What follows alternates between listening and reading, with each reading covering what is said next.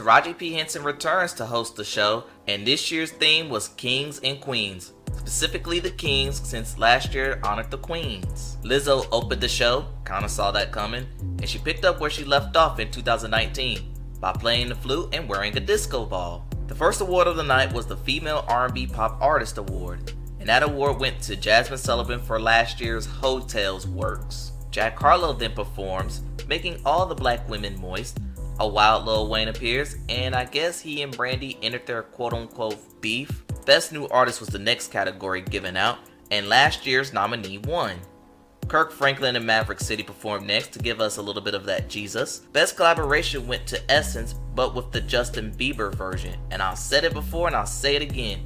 He was not needed for Essence. Fireboy DML and Doechii performed next, and neither one were memorable enough to talk about. Things were going well for Taraji, but at this point, she started to revert back to 2021 habits. Money Long performs Hours and Hours, and I must say I enjoyed her simple performance because she was an extra and she didn't use many props, her voice being the main prop. Chance the Rapper performed a new song, and I'll say this, whenever he drops the video for this, it better include the lyrics as his performance did. BET did a good job editing this. The BET Her Award went to Mary J. Blige, as predicted. This woman is having herself a 2022.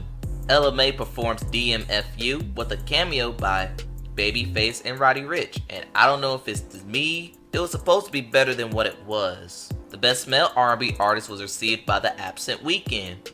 They finally gave The Weeknd an award. Finally, Latto performs with Young Dirty Bastard, and she brought up the queen that we all put away in January, only to bring her out in March, November, and December. Mariah Carey is a 365-day product. Thanks to Mariah, Latto did kinda get outstaged. Marseille won the Young Star Award for the umpteenth time, and Billy Porter performs and is Rip the Runway back? I smell cover up.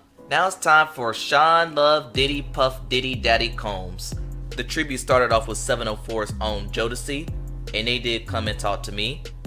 Mary in the Thigh Boots then shows up, and she sings the Angry Black Girl anthem, and this song is on the verge of falling to overplay. They somehow let Shine back in the country. I thought he was deported. The Lox then show up to perform All About the Benjamins, and Diddy didn't fall this time, but Lil' Kim dropped the ball. Pastor Cavassier, which won Video of the Year back in 2002, was performed next with Busta Rhymes. And who's this dude?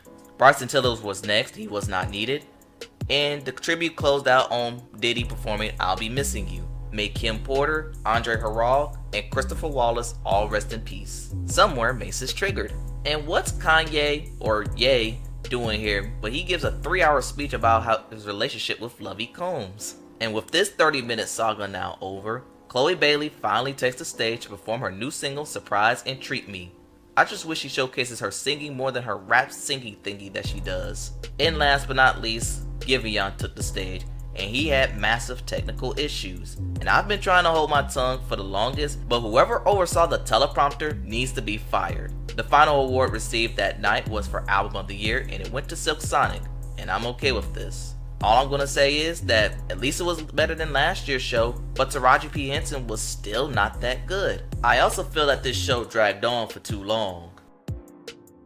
And now I want to talk about the best and the worst performances of the night. And receiving the best might be a little unpopular to some, but I'm giving that to Money Long because she was simple and she sounded amazing. And as for second best or honorable mention, it was tough to decide, but I'm gonna give it to Lizzo's performance. If it wasn't for Lil' Kim dropping the ball, this would have been honorable mention or the best. As for the worst, even though it was not his fault, Giveon's getting the worst performance of the night, whereas the dishonorable mention is going to Ella Mai's performance. I'm supposed to like this a lot more than I should. And I want to make a prediction for next year's show. Let's just say next year, Queen Bee will be represented a lot.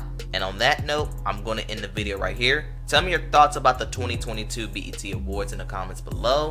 Thanks for watching, and I'll see you next time.